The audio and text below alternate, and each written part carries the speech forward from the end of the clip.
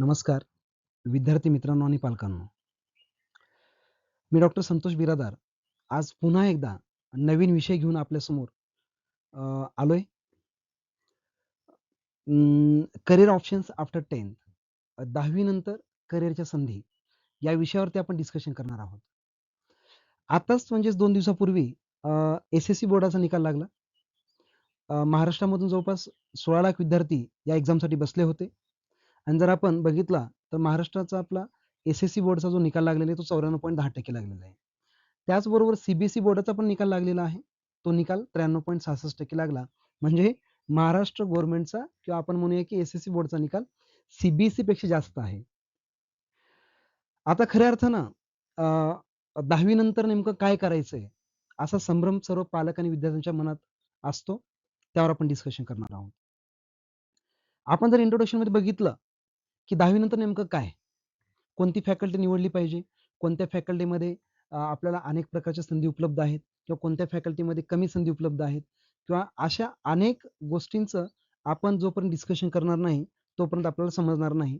म्हणून हा व्हिडिओ किंवा हे प्रेझेंटेशन आपण जर बघितलं, तर तुम्हाला 10वी नंतर नेमकं काय करायचंय याचा निर्णय घेण्यास मदत होईल, असे मला वाटते. आता खऱ्या अर्थानं जर बघितलं आपण, तर 10वी मध्ये तुमचं शाळेचं जीवन संपलेलं असतं आणि 11वी मध्ये तुम्हाला एखादी फॅकल्टी निवडायची असते किंवा एखादी स्ट्रीम निवडायची असते. आर्ट्स म्हणा, सायन्स म्हणा, कॉमर्स असेल किंवा बाकीचं काही पॉलिटेक्निक तुम्हाला करायचं असेल किंवा बाकी छोटे-मोठे कोर्सेस करायचे असतील.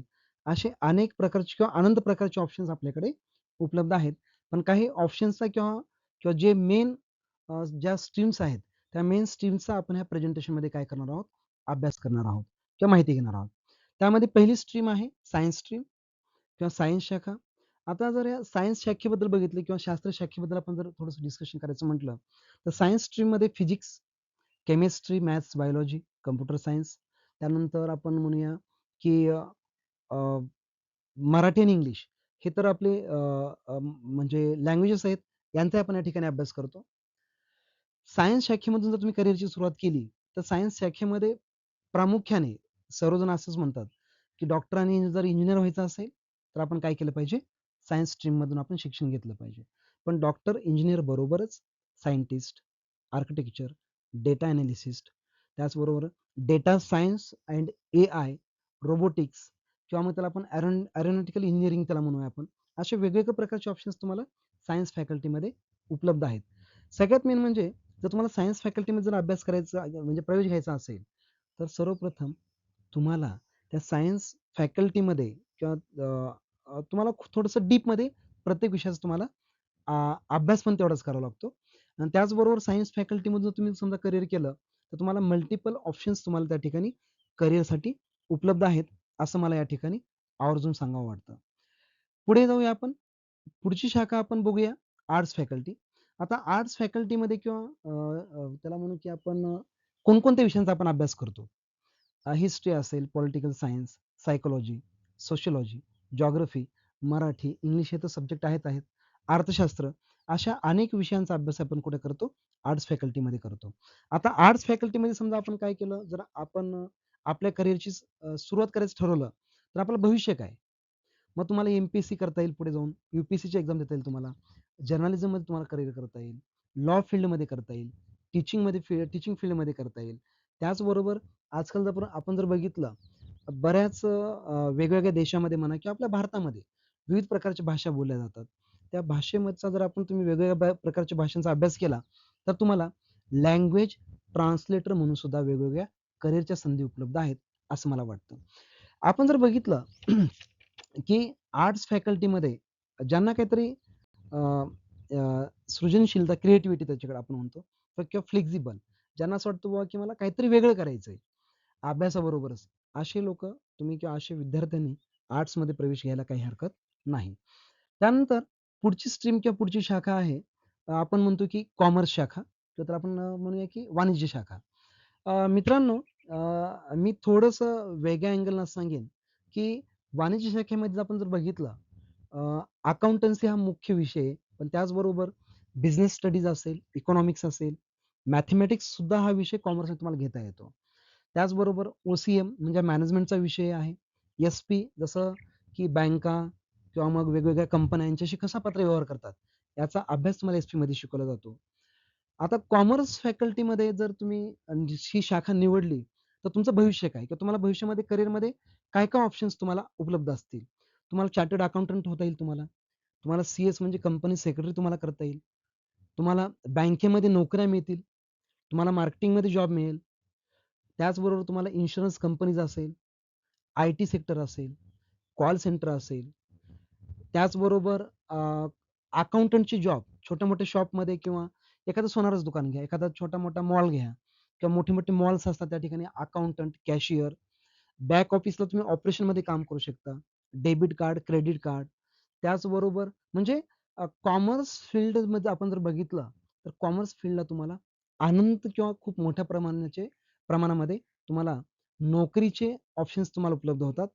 आणि जर तुम्हाला असं वाटलं, नाही मला कॉमर्स करून मला बिझनेस करायचा आहे, तर तुम्ही कॉमर्स करून कोणताही छोटा-मोठा बिझनेस करू शकता.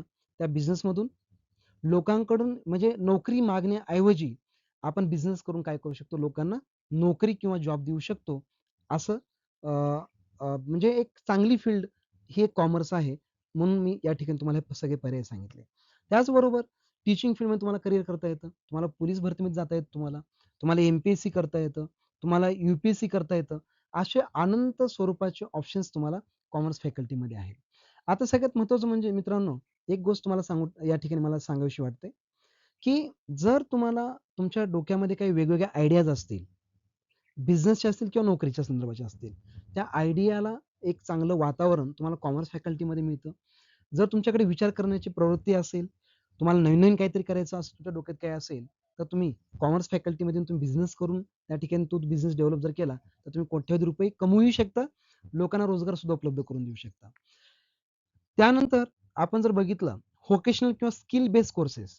आता आपण बघतो 10वी नंतर तुम्हाला वेगवेगळ्या प्रकारचे ट्रेड किंवा कोर्सेस तुम्हाला करता येतात. ITI तुम्हाला करता येतं. पॉलिटेक्निक तुम्हाला करता येतं. ॲनिमेशनचे कोर्स तुम्हाला करता येतात. हॉटेल मॅनेजमेंटचे डिग्री नाही, तर हॉटेल मॅनेजमेंटचं छोटं-मोठं तुम्हाला एक शॉर्ट टर्म 5-6 महिने, 1 वर्षाचा छोटा बेकरी असेल, असे प्रकार छोटे-मोठे कोर्सेस करता येतात. ग्राफिक डिझाईन्स वगैरे तुम्हाला तसे कोर्स करता येतात. कॉम्प्युटरचे काही कोर्सेस करता येतात. त्याचबरोबर आपण जर बघितलं टॅली म्हणा, म्हणजे कॉमर्सच्या विद्यार्थ्यांनी समजा काय केलं, की 11वी-12वी केलं आणि त्या 11वी-12वीच्या बरोबर जर त्यांनी टॅली हा कोर्स केला, तर त्यांना सहज छोटा-मोठा जॉब मार्केटमध्ये उपलब्ध आहे. असं आपण या ठिकाणी म्हणू शकतो. ज्या मुलांना जास्त मोठे जॉब नको असतील, त्यांनी काय करा, 10वी करा. वेगवेगळ्या प्रकारचे छोटे-मोठे कोर्सेस करा आणि कोर्सेस करून तुम्ही त्या ठिकाणी तुम्हाला पाहिजे तो छोटा-मोठा व्यवसाय तुम्ही करू शकता किंवा छोटी-मोठी. आता सगळ्यात महत्त्वाचं म्हणजे विद्यार्थी मित्रांनो, how to choose your right path.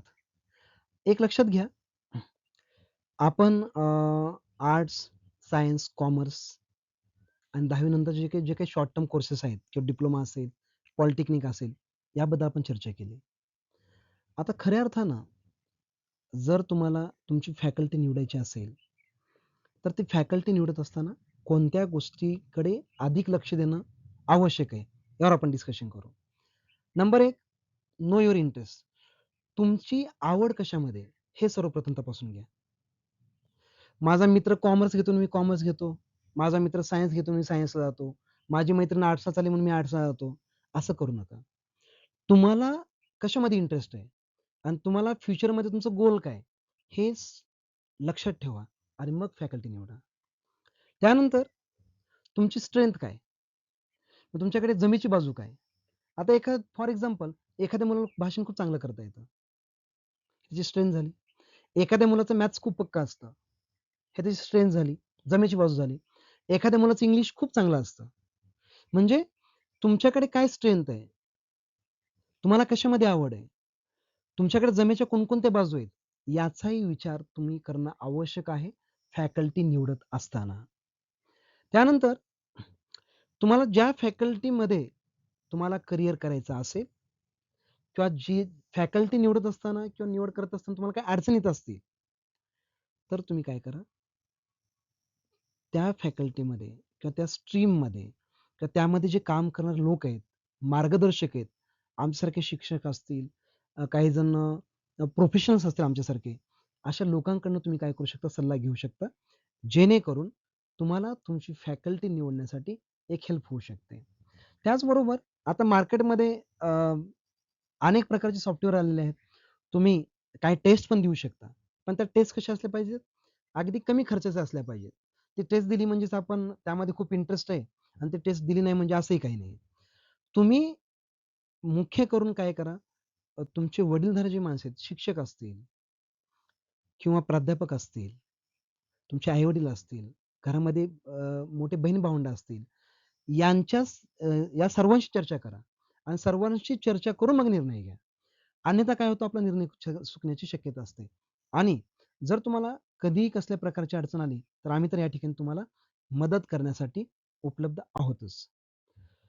जर बघितलं तर खऱ्या अर्थानं तुम्हाला जे योग्य वाटतं ते निवडा.